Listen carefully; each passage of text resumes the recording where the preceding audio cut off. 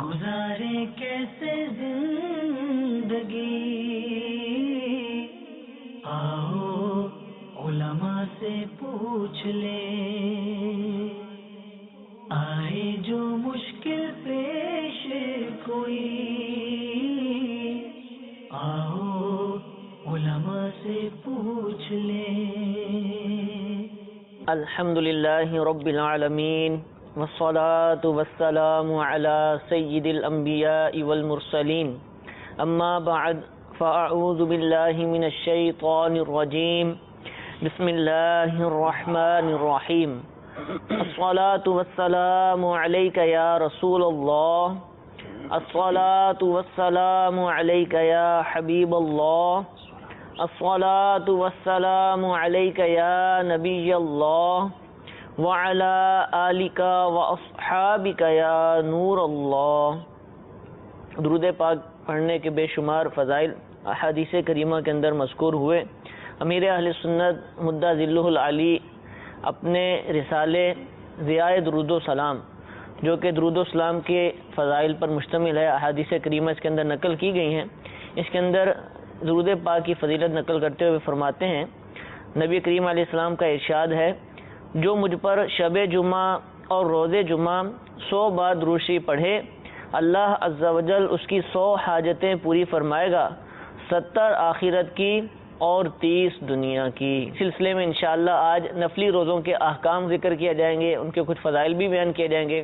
میرے اہل سنت دامت برکاتہم العالیہ اپنے رسالے کفن کی واپسی کے اندر رجب کے روزوں سے متعلق چند احادیث کریمہ ذکر کرتے ہیں، انشاءاللہ ہم بھی اس کو سنتے ہیں، انشاءاللہ سننے کے بعد ہمیں اس کا جذبہ حاصل ہوگا۔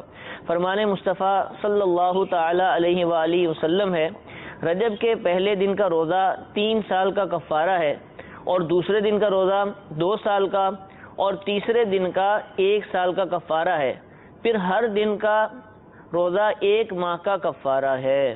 یہاں گناہ کا کفارہ سے مراد یہ ہے کہ یہ روزے گناہ صغیرہ کی معافی کا ذریعہ بن جاتے ہیں، جس طرح گزشتہ سلسلوں کے اندر بھی ہم نے اس بات کی وضاحت فرمائی۔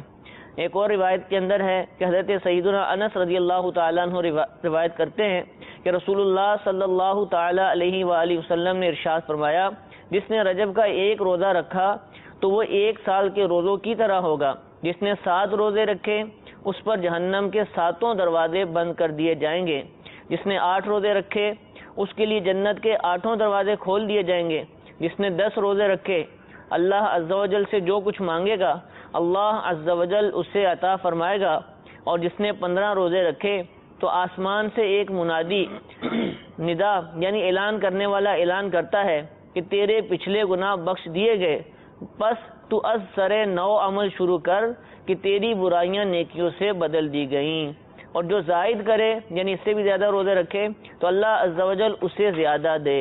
اور رجب میں نوح علیہ السلام کشتی میں سوار ہوئے تو خود بھی روزہ رکھا اور ہمراہیوں کو بھی روزے کا حکم دیا، ان کی کشتی 10 محرم تک 6 ماہ برسر سفر رہی۔ صلو علی الحبیب صلی اللہ تعالی علی محمد۔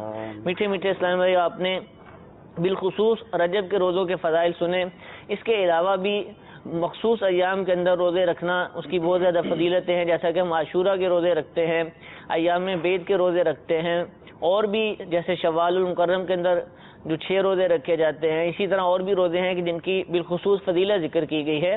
لیکن اس کے علاوہ بھی پورا سال چند ایام کے علاوہ نفلی روزہ رکھنے کی اجازت ہوتی ہے، اس کے بے شمار فضائل ہیں، برکتیں ہیں، تو نفلی روزہ رکھا جائے تو اس کے بھی فقہی احکام ہوں گے، یہ کب ٹوٹتا ہے، کیسے ٹوٹتا ہے، کب رکھنے کی اجازت نہیں ہے، کب اس کو رکھا جائے گا، اس طرح کے بہت سارے احکام انشاءاللہ آج کے سلسلے کے اندر ہم بیان کریں گے۔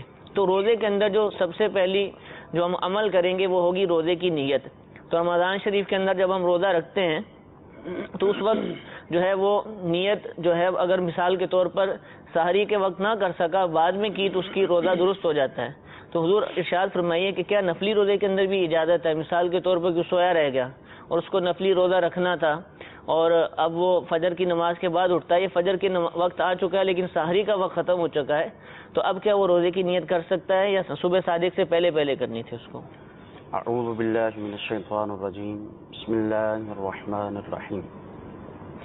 آپ کے سوال کے جواب سے پہلے نوافل کے متعلق، چاہے وہ نوافل ہوں جیسے ہم نوافل کی ادائیگی کرتے ہیں نمازوں میں یا دیگر نوافل پڑھتے ہیں، اسی طرح ہم زکوٰۃ ادا کرتے ہیں اور اس کے ساتھ ساتھ نفلی صدقہ بھی دیتے ہیں، تو جتنی بھی نفلی عبادتیں ہیں، جیسے آج کا ہمارا موضوع ہے روزوں کے متعلق، نفلی روزوں کے متعلق، صحیح. تو جتنی بھی ہماری یہ نفلی عبادتیں ہیں یہ اللہ تعالیٰ نے ہمارے فائدے کے لیے مشروع کی ہیں. علماء نے جو نفلی عبادت ہے اس کی شرح تعریف یہ بیان فرمائی ہے، زیادت و عبادت شریعت لنا لا علینا، کہ یہ عبادت کا ایک حصہ ہے اور یہ جو عبادت مشروع کی گئی ہے وہ ہمارے فائدے کے لیے مشروع کی گئی ہے، ہم پر لازم نہیں ہے. صحیح. اچھا، ہمارا فائدہ کیسے ہوگا اس عبادت میں؟ ایک بہت ہی پیاری حدیث مبارکہ ہے، حضرت سیدنا حریث بن قبیصہ رضی اللہ تعالیٰ عنہ، وہ فرماتے ہیں کہ میں مدینہ منورہ میں حاضر ہوا، پھر وہ فرماتے ہیں فقلت اللہم یسر لی جلیسا صالحا. مدینہ منورہ میں جانے کا ارادہ تھا تو میں نے اللہ تعالیٰ کی بارگاہ میں دعا کی کہ پروردگار مجھے اچھا ساتھی عطا فرما. تو صحابہ کرام کی یہ بات بھی پتہ چلی کہ سفر میں کہیں جاتے تو یہ دعا کرتے کہ جب میں وہاں پر پہنچوں تو مجھے اچھا ساتھی میسر آئے. پھر فرماتے ہیں کہ جب میں وہاں پہنچا تو میری ملاقات حضرت سیدنا ابو ہریرہ رضی اللہ تعالی عنہ سے ہوئی. سبحان اللہ، سبحان اللہ. تو میں نے ان کو اپنا ارادہ بھی ذکر کیا کہ جب میں نکلا تھا تو میں نے اللہ تعالیٰ کی بارگاہ میں یہ دعا کی تھی کہ مجھے اچھا ساتھی عطا فرما، میری آپ سے ملاقات ہو گئی. پھر حضرت حریث بن قبیصہ رضی اللہ تعالیٰ عنہ نے ابو ہریرہ رضی اللہ تعالیٰ عنہ سے عرض کی فحدثنی بحدیث سمعتہ من رسول اللہ صلی اللہ علیہ وسلم، کہ اب آپ مجھے کوئی حدیث مبارکہ سنائیے جو آپ نے حضور نبی کریم صلی اللہ علیہ وآلہ وسلم سے سنی ہو، لعل اللہ ان ینفعنی بہ، شاید کہ مجھے کچھ اس سے نفع حاصل ہو. تو ابو ہریرہ رضی اللہ تعالیٰ عنہ نے کہا کہ میں نے رسول خدا صلی اللہ علیہ وسلم کو یہ فرماتے ہوئے سنا کہ قیامت کے دن بندے کا جب حساب کتاب شروع ہوگا تو سب سے پہلے اس سے نماز کے بارے میں سوال ہوگا. فَإِن صَلُحَتْ قَدْ أَفْلَحَ وَأَنْجَحَ، اگر اس کا نماز کا معاملہ ٹھیک ہوا تو یہ کامیاب و کامران ہو جائے گا. سبحان اللہ. وَإِن فَسَدَتْ فَقَدْ خَابَ وَخَسِرَ، اور اگر اس کا نماز کا معاملہ درست نہ ہوا تو یہ خائب و خاسر ہوگا. استغفر اللہ. پھر فرمایا کہ نبی اکرم صلی اللہ علیہ وسلم نے ارشاد فرمایا فَإِنِ انتقص من فریضتہ شیء، اور اگر اس نے نماز تو پڑھی تھی، فرض نماز تو اس نے ادا کی تھی، مگر اس میں کچھ کمی باقی رہ گئی تھی، تو رب عز و جل فرشتوں سے فرمائے گا انظروا هل لعبدی من تطوع، کہ میرا یہ جو بندہ ہے جس کی جو فرض نماز ہے اس میں کمی رہ گئی ہے، تم دیکھو کیا یہ نوافل پڑھا کرتا تھا، کیا اس کے نوافل موجود ہیں.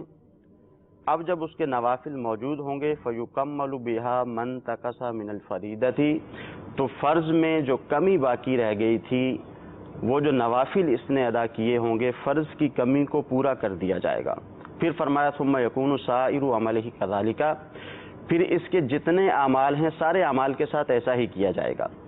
مسند امام احمد میں زکوٰۃ کا صراحت کے ساتھ ذکر کیا گیا کہ زکوٰۃ میں بھی ایسا ہی ہوگا، یعنی فرض جو زکوٰۃ تھی اس کے اوپر جو واجب تھی وہ اس کو ادا کرتا رہا، اس میں اگر کوئی کمی رہ گئی، اب یہ نفلی صدقہ کیا کرتا تھا تو نفلی صدقے سے جو اس کی کمی تھی وہ پوری کر دی جائے گی. سبحان اللہ، سبحان اللہ. مفتی احمد یا خان نعیمی رحمۃ اللہ تعالی فرماتے ہیں کہ یہاں کمی سے ادا میں کمی مراد نہیں ہے، یعنی کوئی یہ نہ سمجھ لے کہ اس نے فرض نماز نہیں پڑھی، جیسے فجر کی نماز اس نے نہ پڑھی، اس نے تہجد کی نماز پڑھ لی تو اب یہ تہجد کی نماز اس کی جو فجر کی فرض نماز ہے اس کے قائم مقام ہو جائے گی، ایسا نہیں ہوگا. مراد یہ ہے کہ طریقہ ادا جو تھا وہ ناقص رہ گیا، اس میں کمی رہ گئی، پڑھی ضرور تھی لیکن اس میں پڑھنے میں کچھ کوتاہی ہو گئی، اس کو پتہ بھی نہیں چلا کہ مجھ سے کیا کوتاہی ہوئی تھی. علم حاصل کیا، اپنی مکمل کوشش بھی کی، اس کے باوجود جو کمی رہ گئی تھی اب وہ نوافل سے پوری کر دی جائے گی. تو اس سے نوافل کی اہمیت کا پتہ چلتا ہے، چاہے وہ نفلی صدقہ ہو، چاہے وہ نفلی عبادتیں ہوں، نماز ہو، چاہے وہ نفلی روزہ ہو، کہ جو فرائض ہم پہ لازم ہوئے تھے کل بروز قیامت اگر کوئی کمی بیشی ہو جائے گی تو ان نوافل سے اس کو پورا کر دیا جائے گا. پھر ایک اور فائدہ بھی ہے، وہ اور فائدہ یہ ہے امیر اہل سنت دامت برکاتہم العالیہ نے اپنی کتاب میں لکھا، وہ فائدہ یہ ہے کہ جو شخص نوافل کی ادائیگی کرنے والا ہے، جو نفل روزہ رکھنے والا ہے، نفلی عبادت کرنے والا ہے، نفلی نماز پڑھنے والا ہے اور اسی طرح نفلی صدقہ دینے والا ہے، وہ کبھی فرائض میں کوتاہی نہیں کرے گا، انشاءاللہ، کیونکہ جس کی اہمیت بظاہر کم ہے، جب وہ اس کا خیال رکھتا ہے، اس کی غور و فکر رکھتا ہے، اس کو ترک نہیں کرتا، اس کے ترک کرنے پر اس کو پریشانی ہو جاتی ہے، تو جو فرائض ہیں اس کو یہ ضرور پورا ضرور بضرور ادا کرے گا۔ انشاءاللہ۔ اب وہ جو سوال آپ نے کیا تھا کہ نفلی روزے میں نیت کے حوالے سے، تو نفلی روزے میں اگر کوئی شخص کسی نے ارادہ کیا کہ میں نے روزہ رکھنا ہے، سحری کے وقت میں اٹھ نہ سکا، فجر کی نماز میں آنکھ کھلی، تو جو نفلی روزہ ہے غروب آفتاب سے لے کر، یعنی پچھلے دن غروب آفتاب سے لے کر دوسرے دن زوال کا جو وقت ہوتا ہے اس وقت تک اس کی نیت کی جا سکتی ہے۔ کوئی بھول گیا، اس نے نیت نہیں کی، ٹھیک ہے، اب اس وقت میں یہ نیت کر سکتا ہے، مگر اس میں یہ ضروری ہے کہ جب یہ صبح اٹھا زوال کے ٹائم جب اس نے نیت کی ہے تو یہ یوں نیت کرے گا کہ میں صبح سے روزے سے ہوں، اور اس دوران اس نے کچھ کھایا پیا بھی یہ الفاظ کہے نہ گا، ہو۔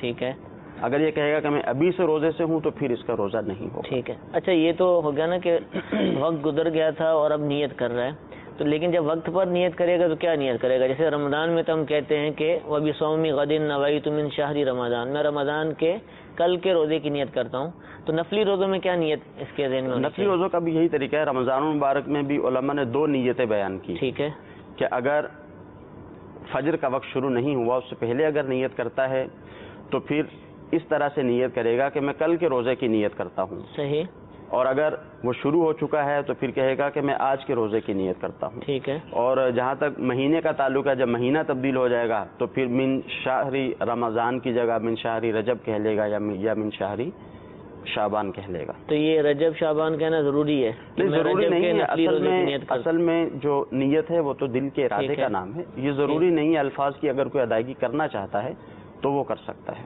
ٹھیک ہے، جزاک اللہ۔ اچھا حضور، کسی نے اب نفلی روزہ رکھ ہی لیا، نیت کر لی، روزہ شروع بھی ہو گیا، لیکن بعد میں اس کا دل کیا کہ رہنے دو، اس کو کوئی کام پڑ گیا یا کسی وجہ سے بھی اس نے جان بوجھ کر روزہ توڑ دیا، اس نے اس کو مکمل نہیں کیا، تو اس کا کیا حکم ہے؟ اس کے اوپر یہ بھی بات وہ ذہن میں- رمضان والے احکام آئیں گے، قضا کے، کفارے کے، کیا ہوگا اس کے ساتھ؟ یہ بات ذہن میں رہے کہ اگرچہ جو نفلی عبادت ہے وہ ہمارے فائدے کے لیے ہم پر لازم نہیں ہے، ٹھیک ہے، مگر اگر کسی نے شروع کر دی تو اب یہ اس پہ لازم ہو جائے گی۔ صحیح۔ اب اگر بلا کسی وجہ کے جان بوجھ کے یہ روزہ توڑ دے گا تو اس کا یہ ایسا کرنا ناجائز ہوگا، گناہ بھی ہوگا، ٹھیک ہے، اور اس روزے کی قضا کرنی ہوگی، یعنی ایک ہی روزہ رکھنا ہوگا، کفارہ نہیں ہے، کفارہ وغیرہ نہیں جو رمضان کے روزوں میں ہوتا ہے جی۔ وہ معاملات نہیں ہیں۔ اور اگر جان بوجھ کر نہیں توڑا، ویسے ہی کسی وجہ سے ٹوٹ گیا اس کا روزہ، اس کا قصد نہیں تھا لیکن بس مجبوری بن گئی، توڑنا پڑ گیا، یہ ٹوٹ گیا کسی بھی وجہ سے، تو اب کیا حکم ہوگا؟ جان بوجھ کر اگر نہیں توڑے گا تو ایسی صورت میں قضا تو اس پہ پھر بھی لازم اچھا، ہے، قضا پھر بھی لازم ہوگا، یعنی مثال کے طور پر بڑی احتیاط کے ساتھ وضو کر رہا تھا، صحیح، بڑی احتیاط سے وضو کرنے کے باوجود حلق میں پانی چلا گیا یا کسی اور وجہ سے روزہ ٹوٹ گیا، اس نے جان بوجھ کر نہیں توڑا، تو ایسی صورت میں قضا تو اس پر لازم ہوگی مگر گناہ گار نہیں ہوگا۔ ٹھیک ہے۔ اچھا، رمضان شریف کے روزے چونکہ اکثر مسلمان اسی کی طرف راغب ہوتے ہیں، اسی کے مسائل زیادہ بیان کیے جاتے ہیں، اور جب رمضان آتا ہے تب ہی روزوں کے مسائل بیان کیے جاتے ہیں، جس طرح ان دنوں میں بہت کم ایسا ہوتا ہے، یا لوگوں کو اگر پڑھنے کا ذہن ہے تو وہ بھی رمضان ہی کے ایام میں یا اس سے تھوڑا سا پہلے روزوں کے مسائل پڑھیں گے، زیادہ اسی طرح ہوتا ہے۔ تو اب ان کے حوالے سے ہے کہ اگر کوئی بھولے سے کھا پی لے رمضان کے روزے کے اندر تو اس کا روزہ نہیں ٹوٹتا، اس کا روزہ بچ جاتا ہے، اس کا حکم، تو کیا یہ نفلی روزوں میں بھی ایسا ہی ہے کہ بھولے سے کھا لیا، پی لیا؟ نفلی روزوں میں بھی ایسا ہی ہے کہ اگر بھولے سے کھائے پیے گا ٹھیک ہے، تو اس صورت میں تو اس کا روزہ نہیں ٹوٹے گا۔ ٹھیک ہے، اس کا روزہ باقی رہے گا۔ جو صورت میں نے بیان کی تھی، جیسے کوئی شخص جو ہے وہ وضو کر رہا تھا، اس جی کو جی، اپنا روزہ دار ہونا یاد بھی ٹھیک تھا، ہے، یاد ہونے کے باوجود اس نے احتیاط بھی کی، اس کے باوجود اس کو اچھو لگ گیا یا کچھ اس طرح کا مسئلہ حلق سے ہوا، پانی چلا گیا حلق سے اندر۔ پانی نیچے چلا گیا، تو روزہ اس صورت میں اس کا ٹوٹ جائے گا۔ ٹھیک ہے، جزاک اللہ۔ کچھ کالز بھی ہمارے پاس موجود ہیں، ان کالز کو ہم اپنے سلسلے میں شامل کرتے ہیں۔ یہ ہمیں کال سنائیے۔ محمد احمد اطاری صفاباد رائمنڈ سے عرض کر رہا ہوں۔ میرا سوال یہ ہے کہ جو رمضان المبارک کے سابقہ یعنی پچھلے روزے چھوٹے ہوئے ہیں، 2، 4، 5، 10 یہ جتنے بھی ہیں، تو ابھی جو نفلی روزے جیسے رجب کے ہیں وہ رکھ رہے ہیں، تو کیا رجب کے روزے کے ساتھ اس پچھلے روزے کی بھی نیت کر سکتے ہیں؟ تو اس میں اس روزے کا ثواب بھی مل جائے گا اور پچھلا بھی ادا ہو جائے گا۔ جی انشاءاللہ عرض کرتے ہیں۔ ایک اور کال سنائیے۔ میرا مفتی صاحب کے بارگاہ میں عرض ہے کہ میں نے جمعے کے دن نفلی روزہ رکھا تھا تو طبیعت خراب ہو گئی، سر میں سخت درد تھا اور جمعے کی نماز بھی پڑھنی تھی، تقریباً 2 کا ٹائم تھا، تو میں نے یہ روزہ توڑ دیا اور اس کے بعد میں نے دوسرے دن یہ روزہ قضا کر کے رکھا۔ کیا میرے اوپر کفارہ ہوگا یا یہ میں نے جو روزہ رکھا وہ صحیح ہو گیا؟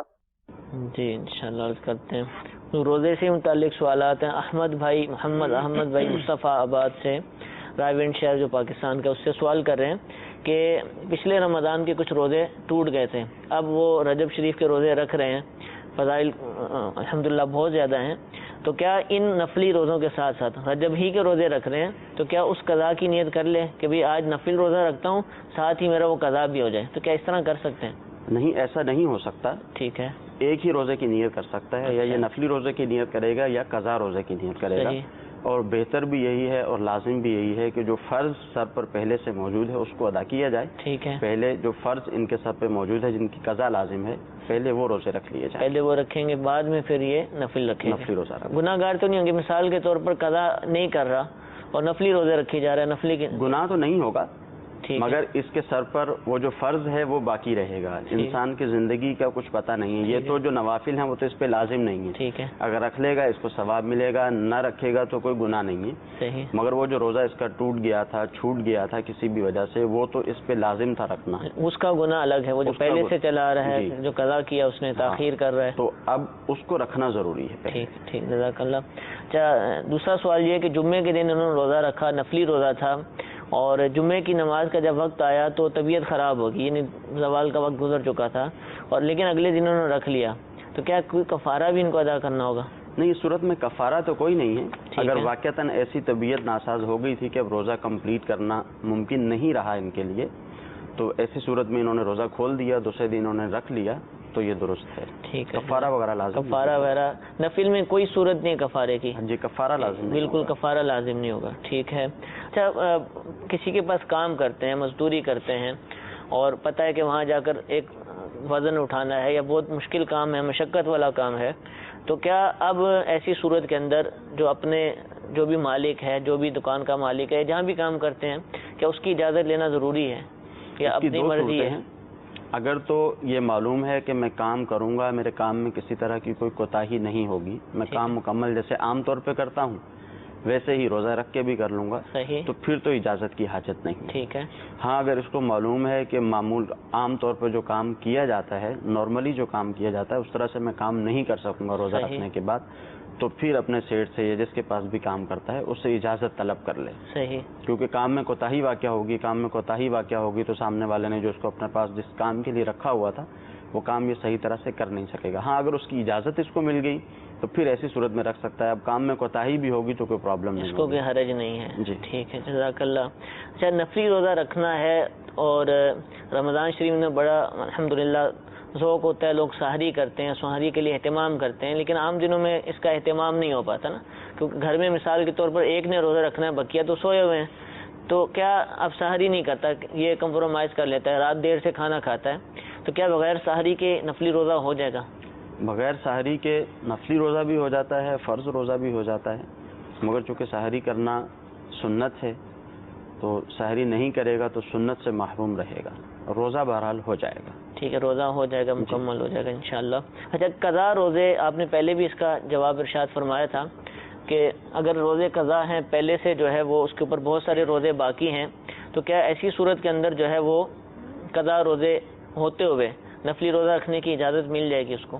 دوبارہ اس کا کچھ ارشاد فرما ہاں، وہ دیں۔ پہلے یہ سوال بھی پوچھا گیا جی تھا، جی، تو ظاہر ہے اس کا طریقہ کار یہی ہے جیسے پہلے بھی بتایا، جیسے کسی شخص پر فرض نماز لازم ہے تو اس کے بارے میں علماء نے فرمایا کہ جو اس کی قضا پہلے فرض نمازیں موجود ہیں پہلے وہ نمازیں ادا کرے، پھر یہ نفلی عبادت کرے۔ روزوں کے بارے میں بھی ایسا ہی ہے کہ پہلے اپنے قضا روزے رکھے، پھر اپنے یہ جو نفلی روزے ہیں یہ رکھے، کیونکہ نفلی عبادت جو ہے یہ معلق رہتی ہے جب تک فرائض ادا نہیں کر لیے جاتے، ٹھیک تو ہے، پہلے وہ کرے، زندگی موت کا کچھ پتہ نہیں ہے، اگر یہ اس کو چھوڑ دے گا، نوافل پڑھتا رہے گا تو وہ فرض اس کے سر پر رہ جائے گا، وہ فرض اس کے اوپر باقی رہیں گے، جی۔ تو اس کو چاہیے کہ وہ پہلے اپنے قضا روزے مکمل کریں۔ یہ معاملہ نمازوں کے اندر بھی ہے، نمازوں میں جب وہ نفل نماز پڑھے یا اس طرح کے معاملات کرے تو وہ اس کو کرے۔ اچھا، قضا روزے جب رکھنے ہیں نفل سے ہٹ کر.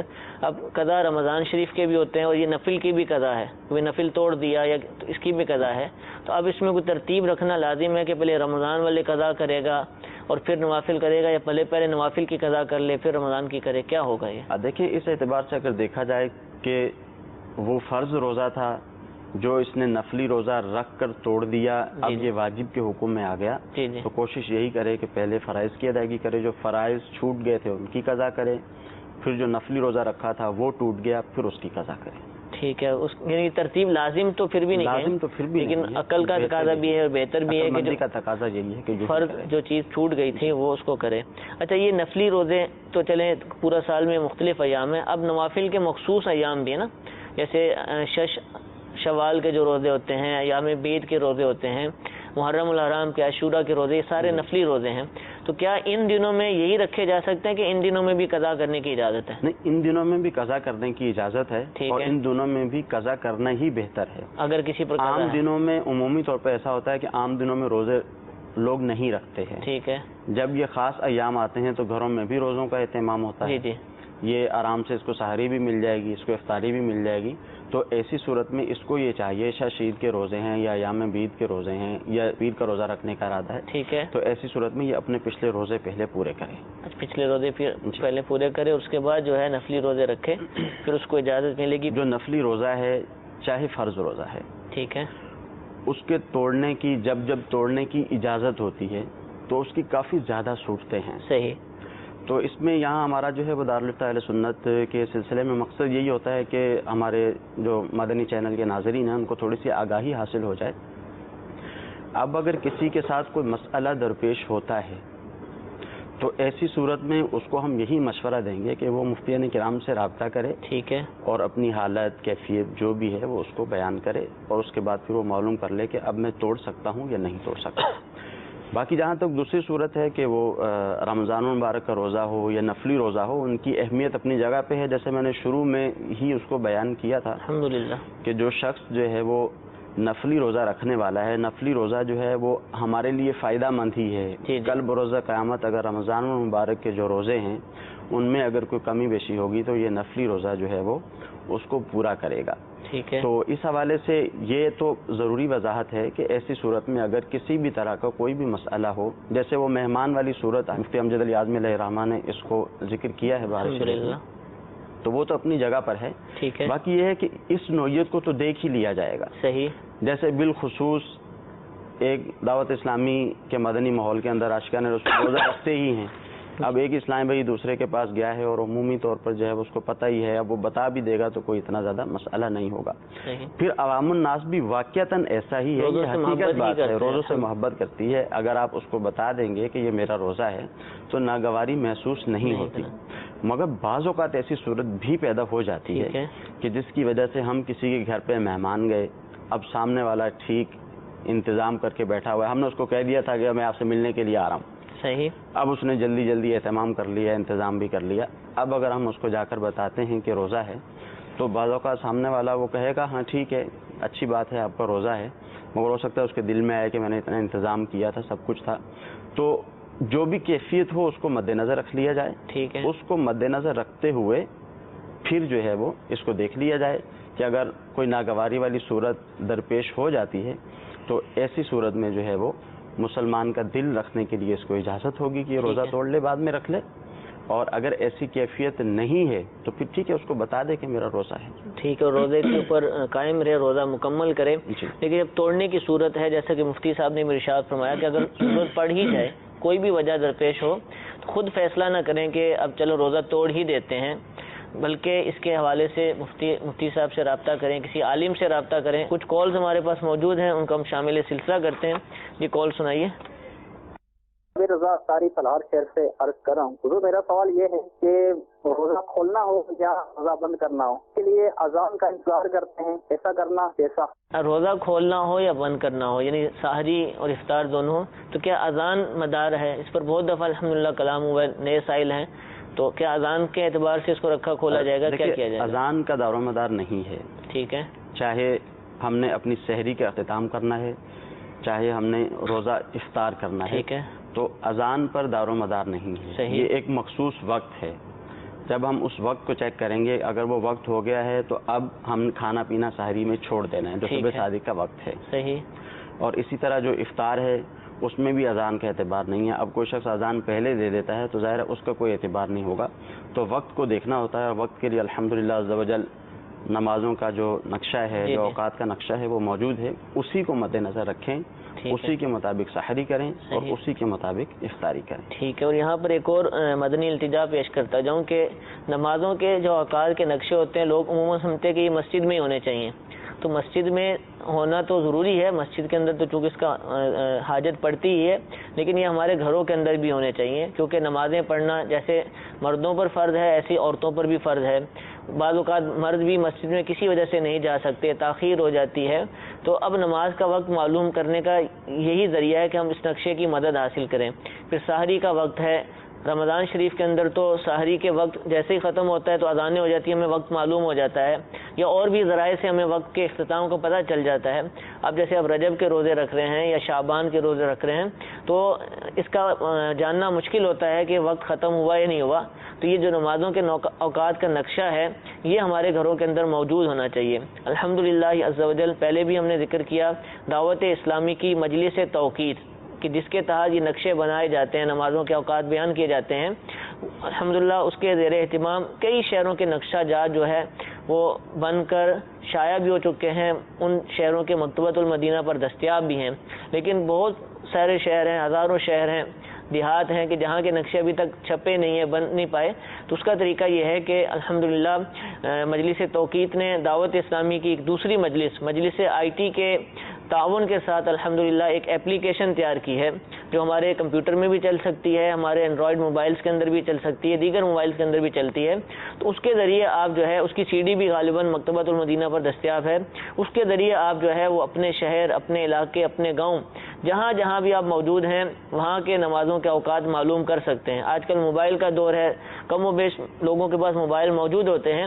تو اس اپلیکیشن کو ڈاؤن لوڈ کر لیجئے. آپ سفر میں ہوں، آپ کسی بھی حالت میں ہوں، کہیں بھی موجود ہوں، انشاءاللہ اس سافٹ ویئر کے ذریعے، اپلیکیشن کے ذریعے ہمیں نمازوں کے اوقات پتہ چل جائیں گے. اب زوال کا وقت ہے، زوال کے وقت کے بارے میں بہت سارے مسائل اس سے متعلق ہوتے ہیں اور کئی مسائل میں زوال کے وقت کا تذکرہ آتا ہے، آج بھی آیا نیت کے حوالے سے. اب زوال کا وقت جو ہے عام طور پر جو سنتے آئے ہیں بچپن سے بھی کہ 12 بجے ہوتا ہے، کسی علاقے والے 11 بجے کہہ رہے ہوتے ہیں. تو مختلف اوقات بیان کر رہے ہوتے ہیں، حالانکہ ایسا نہیں. زوال کا وقت بھی تبدیل ہوتا رہتا ہے، یہ ایک طرح کا نہیں رہتا، ہر شہر کا مختلف ہوتا ہے اور ہر شہر کے اندر اس کا جو ڈیوریشن ہوتی ہے، دورانیہ ہوتا ہے، یہ بھی مختلف ہوتا ہے. تو اب وہ کس شہر میں کیسا ہے، کتنا ہے، کب سے کب تک ہوگا، یہ آپ کو ہماری یہ اپلیکیشن، ہمارا یہ سافٹ ویئر انشاءاللہ عز و جل یہ بتا دے گا کہ آپ کے شہر، آپ کے علاقے میں، آپ کے گاؤں میں، چھوٹے چھوٹے دیہات آپ جہاں پر بھی موجود ہیں، کم و بیش 27 لاکھ مقامات کے تو اس کے اندر وہ اوقات ڈال لیے گئے. اس کے علاوہ بھی اگر آپ کا شہر، گاؤں دنیا میں کہیں بھی موجود ہیں، اس کا وقت اگر اپلیکیشن میں موجود نہیں ہے تو آپ وہاں کا عرض بلد اور طول بلد ڈال دیں اس جگہ کا جو بھی ہے، تو وہ اس کے بعد انشاءاللہ اس خاص مقام کا بھی آپ کو یہ وقت بتائے گی اپلیکیشن. تو اس کو ضرور حاصل کیجئے. انشاءاللہ آپ کو نماز کے اوقات کی حفاظت کرنے کا اس اپلیکیشن کے ذریعے اور سافٹ ویئر کے ذریعے انشاءاللہ عز و جل موقع ملے گا. اس کی اپڈیٹس ہوتی رہتی ہیں، تو جب آپ اس کو ڈاؤن لوڈ کر لیں گے تو اس کی معلومات بھی آپ کو حاصل ہو جائیں گی. مزید چند ایک کال اپنے سلسلے میں شامل کرتے ہیں. یہ کال سنائیے. میرا نام محمد وسیم ہے. میرا سوال ہے سلسلہ جو یہ ابھی چل رہا ہے اس میں کہ جنازے کو کتنی دیر رکھ سکتے ہیں اور برف خانے میں رکھ سکتے ہیں یا نہیں. جی جنازے کے متعلق جی ایک اور کال سنائیے. میرا نام محمد شاہد ہے، شہو پورے تو پنجاب شہو پورے تو بول رہے ہیں. میرا سوال یہ ہے کہ جی کوئی غیر مسلم اگر فوت ہو جائے تو اوتھے انا للہ و انا الیہ راجعون کہنا چاہیے کہ نہیں چاہیے. جی ایک اور کال سنائیے. اس حساب سے ایک سوال عرض ہے کہ آج کل بارہا لوگ خواجہ غریب نواز رحمۃ اللہ تعالیٰ علیہ کے عرس کے موقع پر کچھ گھروں میں اس قسم کا اہتمام کیا جاتا ہے کہ ایک نیاز کی دیگ بنائی جاتی ہے اور اس دیگ کے اوپر کچھ پھول رکھے جاتے ہیں اور پھول کے ساتھ پان کا ٹکڑا رکھا جاتا ہے اور کچھ لوگ آتے ہیں دعا کے غرض سے. اس دیگ کو پکڑ کر دعا مانگتے ہیں، اور کہا ہی جاتا ہے کہ دعا مانگنے کے دوران جس کی دیگ گھوم جائے تو اس کی دعا مقبول ہے، اور کئی لوگوں کی نہیں بھی گھومتی، اور یہ بدعت بڑی تیزی سے جو ہے وہ لوگوں کے اندر صلاحیت کرتی جا رہی ہے اور پھیلتی جا رہی ہے. تو برائے کرم مفتی صاحب اس کے بارے میں ارشاد فرمائیے کہ اس کا حقیقت سے کیا تعلق ہے. جی عرض کرتے ہیں حضور، آخری سوال کا جواب پہلے دے دیں. خواجہ صاحب کا عرس ہے الحمدللہ عز و جل، کثیر مسلمان آپ کی نیاز کرتے ہیں، تو نیاز کا ایک طریقہ یہ بتایا کہ نیاز کی دیگ تیار کر کے اس پہ پھول رکھے جاتے ہیں، اور کچھ لوگ اس کو دعا کی غرض سے اٹھاتے ہیں، دعا مانگتے ہوئے گھوم جاتی ہے. کیا ہے یہ اس طرح کی چیزوں میں؟ کہ نیاز پکانے میں بھی حرج نہیں ہے، ٹھیک ہے، پھول اگر رکھے جاتے ہیں تو اس میں بھی حرج نہیں ہے، صحیح. مگر یہ جو آخری صورت ہے تو یہ تو لوگوں کے توہمات میں سے ہے، صحیح. کہ جو شخص آ کر دعا کرے گا، اگر دیگ گھوم جائے گی تو اس کی دعا قبول ہوگی، اگر دیگ نہیں گھومے گی تو اس کی دعا قبول نہیں ہوگی. تو یہ بالکل درست طریقہ کار نہیں ہے، شریعت مطہرہ میں اس کی کوئی اصل نہیں ہے کہ وہ دیگ گھومے گی، جس کی دیگ گھوم جائے گی اس کی دعا قبول ہوگی، جس کی دیگ نہیں گھومے گی اس کی دعا قبول نہیں ہوگی. یہ طریقہ کار غلط ہے، اس سے رکنا چاہیے. اچھا، یہ پھول جو ہے، پھول رکھنے کا فائدہ تو کوئی نہیں ہے، اسراف نہیں کہلائے گا کہ گرم جگہ پھول رکھ خوشبو والی کوئی صورت ہے، خوبصورتی کے لیے رکھ دیتے ہیں، خوشبو وغیرہ کی کوئی صورت ہے تو اس میں کوئی حرج نہیں. اچھا، رکھ سکتے ہیں. شاہد بھائی ہم سے پوچھ رہے ہیں کہ اگر غیر مسلم کا انتقال ہو جائے تو کیا انا للہ و انا الیہ راجعون پڑھ سکتے ہیں؟ یہ صرف مسلم کے انتقال پر ہی کہا جائے گا، اسی وقت کہا جائے گا، اس کے علاوہ اجازت نہیں ہے. پہلا سوال ہم سے جو پوچھا گیا بذریعہ کال کہ جنازہ یعنی کسی میت کا کسی انسان کا انتقال ہو جائے تو اب اس کی جو میت ہے اس کو کب تک رکھ سکتے ہیں، کتنی تاخیر کر سکتے ہیں، کیا سرد خانے میں رکھا جا سکتا ہے؟ رشتہ داروں کے انتظار میں کئی دن لگ جاتے ہیں بعض اوقات، اس کا حکم دیکھیں کیا؟ احادیث طیبہ میں اس بات کی ترغیب ارشاد فرمائی گئی ہے کہ جب کسی شخص کا انتقال ہو جاتا ہے تو اس کے غسل میں، کفن میں، اس کو دفنانے میں جلدی کی جائے. ٹھیک ہے، جتنا جلدی ممکن ہو سکے یہ سارے کے سارے افعال کر لینے چاہیے، اس میں تاخیر نہیں کرنی چاہیے. اور بالخصوص اس وقت کہ جب میت کے بدن کا پھولنے کا، پھٹنے کا اس طرح کا اندیشہ ہو تو پھر تو انتظار کرنا انتہائی برا ہے. صحیح. پھر دوسری بات یہ کہ سرد خانے میں رکھا جاتا ہے. اب سرد خانے میں عمومی طور پر جو ٹیمپریچر ہوتا ہے وہ بہت زیادہ ہوتا ہے. جو ہمارے اسلامی بھائی مجلس تجہیز و تکفین سے جن کا تعلق ہے انہوں نے بتایا کہ جب سرد خانے سے میت کو نکالا جاتا ہے تو ہم اس کو ہلکا سا بھی موو نہیں کر سکتے، اتنی وہ سخت باڈی اس کی ہو گئی ہوتی ہے. تو ظاہر ہے اس سے اس کو تکلیف ہوگی. اگر کوئی عام آدمی سرد خانے میں جائے گا اور اتنی دیر وہاں پہ جا کے رکے گا تو اس کو بھی تکلیف ہوگی. تو جس چیز سے زندہ کو تکلیف ہوتی ہے اس چیز سے مردہ کو بھی تکلیف ہوتی ہے. لہذا ہرگز اس طرح کا عمل نہیں کرنا چاہیے، جتنی جلدی ممکن ہو سکے دفنا دینا چاہیے. اس کی تاخیر کرنے کی اجازت نہیں ہے.